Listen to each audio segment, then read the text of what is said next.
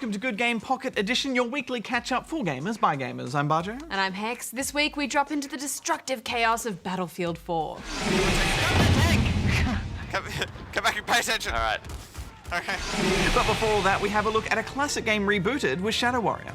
Shadow Warrior packs all of the guns, gore and humour of the original 1997 game into a modern shooter that looks and plays far better. The star, Lo Wang, is hunting down a mystical katana. The sword is not for sale. It's actually quite a fun story and made a lot more enjoyable because of its tongue-in-cheek humour. Guess I was just too much Wang for them to handle. It can be a bit crass at times, but as a fan of the original, I think the humour hit the mark. I was hoping for a more cliched setting. I guess koi ponds and cherry blossoms will have to do. Yeah, there's a bit of a Kill Bill vibe to this, isn't there? This game combines humour and extreme violence with a similar flair. We can't actually show you a lot of that violence though, because it's just too full on. I was really impressed by the level design, and they've produced some stunning locations. There's a lot of variety in the enemy types too. I did find I got lost in the levels sometimes, and no multiplayer is a shame. Some of my all-time favourite gaming memories are playing Shadow Warrior modem to modem with my friends. I think this is a hard game to reboot, and they've mostly nailed it, so I gave it 8.5 out of 10 rubber chickens. It was 8 from me. This week over on Spawn Point, we rebuilt our favourite superheroes brick by brick.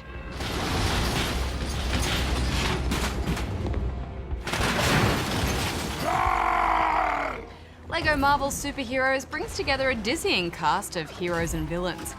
Not only will you see the big names from all the recent Marvel films, but they've also dug out some pretty obscure characters from the comics.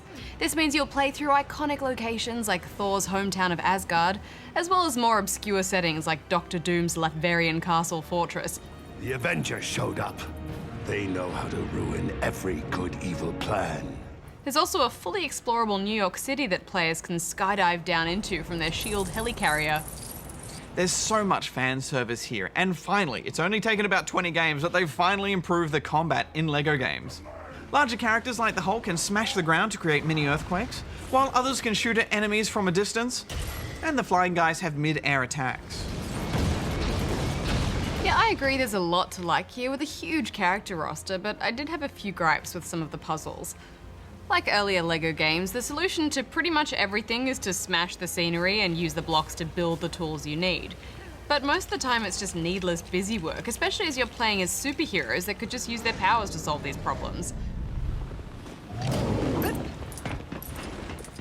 It was 7.5 from me. I love a good superhero setting, so I gave it 8.5. And now it's time to have a party on the Wii U. Wii Party U throws a diverse range of multiplayer minigames together.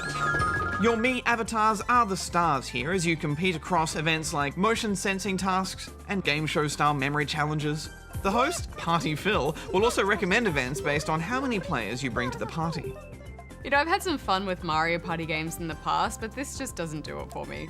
Most of these minigames are pretty uninspired affairs hooked around a gimmick, like yelling out your food order in this restaurant minigame. And to make it worse, your actual game time is restricted to tiny doses in between lengthy bouts of waiting for your next turn. There isn't a single gem that stood out with this, so I gave it 4 out of 10 rubber chickens. It was 4.5 from me. Now we should take this party to the Ask Good Game desk Let's party on, Hex. and answer some questions. Yeah. Eh? Party time. Good game.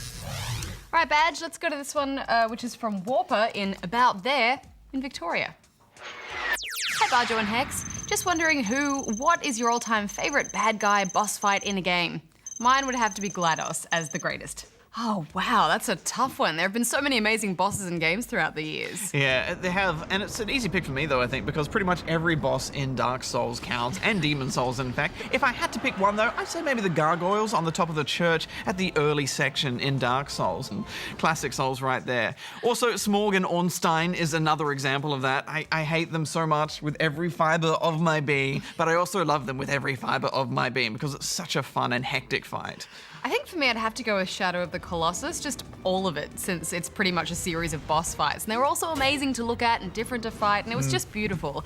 And I really loved that Kraken fight in The Witcher 2, where you had to first go out and find the ingredients to brew that Osmerk potion to make you immune to the Kraken venom, and then use the Yrden to trap it while hacking away at the tentacles. Ah, brilliant. You come down and trap it. But now let's move on to your review. And speaking of boss fights, how about we see what everyone thought about Metal Gear Rising: Revengeance, which included a few tricky boss battles.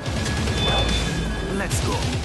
Ah, good choice, going right back to the start of the year with that one. But it seems like it managed to cut opinions clean in half, with most people either loving it completely or just hating it. BioShock Infinite wrote, "Not good. 3 stars." Likewise, Ghost wasn't impressed, saying, "It sucks so much." Half a star. God of Insanity 31 was in the same boat, saying, "The game is terrible and they ruined the series. Doesn't get much worse than that." 2 stars. Hales89 had one major complaint, writing, "This is not Metal Gear." 1.5 stars. I'll take that as a compliment. But there were plenty of you who seemed to love it, like 2 Awesome, who said, "Beast game." 9.5 stars. And Kitty here clearly got into it, writing, "Slalom, slice and dice power." 7.5 stars. And finally, Finite Fox was clearly not a fan of the bosses here, but otherwise seemed to enjoy it, saying, "A 9 for everything save the boss fights." They get a 2, bringing the game down a lot. Honestly, the only game I've completely rage quit and broken a controller.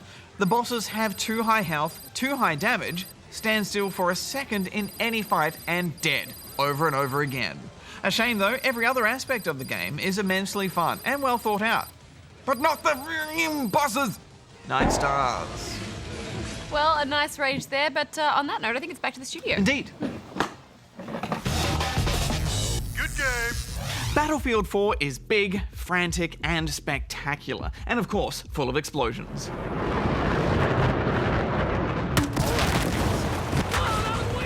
We reviewed Battlefield 4 on PC, and it truly is a thrilling and complex game in online multiplayer. But every rose has its thorns, so let's get the single-player campaign out of the way. Everyone okay? I actually quite enjoyed the first couple of hours of this campaign, but by the end of it, I was literally yelling at my computer screen because of long checkpoints and difficulty spikes. It's a twisty-turny political plot, and it all rests on your shoulders. It's basically up to you to save the day by defeating an entire army with squad mates who I think went to Stormtrooper Academy. Yeah, they are just terrible at shooting things, aren't they? The atmosphere is definitely there, but it's like the single player is more of a tech demo for what the engine can do. The good news is Battlefield Online has been pulled apart and put back together again to create a balanced, strategic monster of a game. While there is no co-op this time around, which is a shame, all the regular game modes return, and there are 2 new ones. Obliteration has teams finding a bomb and then taking it to a detonation point. It's a bit like Capture the Flag and Rush put together. Then there's Defuse. This is a 5-on-5 bomb defusal round in which you only have 1 life, which is very Counter-Strike. Get on it, press the button, press the button.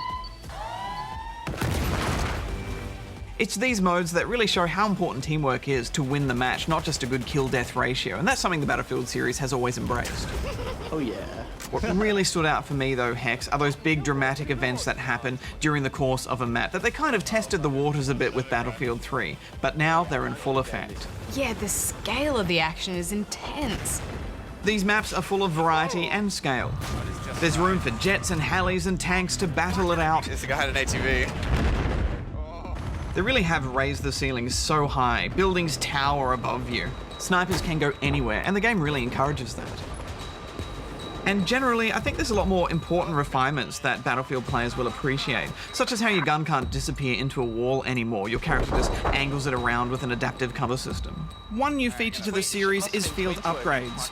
These are perks which unlock and roll back during the course of a match depending on how well your squad is doing, and there's various trees available that you can select for your class. It's just another way the game rewards a squad that works together.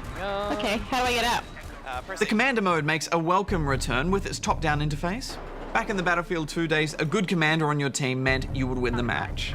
Dropping care package. Ignore that evac order. Confused. You didn't obey my instructions. Right now, I think people are still getting used to it and no one really knows what they're doing, so no one pays attention. They don't go where I want them to go. I'm ordered you to it. Obey my orders.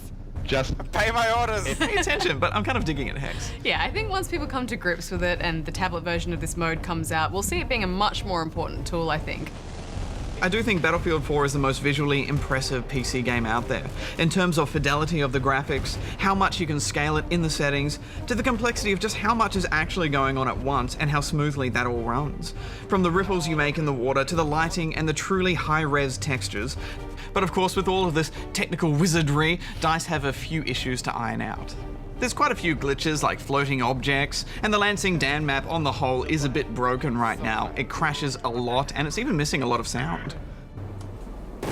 I found generally the stability of this game to be quite poor. I mean, I was getting crashes all over the place, and that really hurts your XP and seriously slows down how quickly you get those weapon and item unlocks, which is so frustrating. Yeah, I crashed a lot too, and it always seemed to be when I was winning.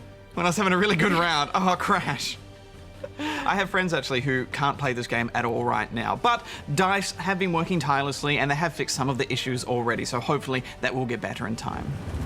I think overall Battlefield's multiplayer is undeniably brilliant, but that single-player campaign, Bajo, is just so mediocre. I know, but all in all, out of all the hours I spend in Battlefield, maybe 5% or even 3% is spent in the single-player campaign, and it's really a multiplayer-focused game first. But I don't think gamers would actually accept a multiplayer-only Battlefield game right now at full price. No, I think you're right there. That said, if you do only intend on taking your battles online, I think you will get full value out of this. Oh dear. Oh, whoops. Oh no. I panicked. What's happening? Sorry. I'm giving it 8.5. What I like most about this game is it's got its hooks right into me. I just want to get better at it every time I log on, and every time I see someone else log on, I have to jump into because they might be unlocking stuff that I don't have yet. I had a great time with this. I'm giving it 9.5 out of 10 rubber chickens. Good game. Well, Battlefield certainly raised the stakes in the annual arms race, so Call of Duty will have to bring out the big guns. Or the big dogs. Until then, Bajo out. Hex out.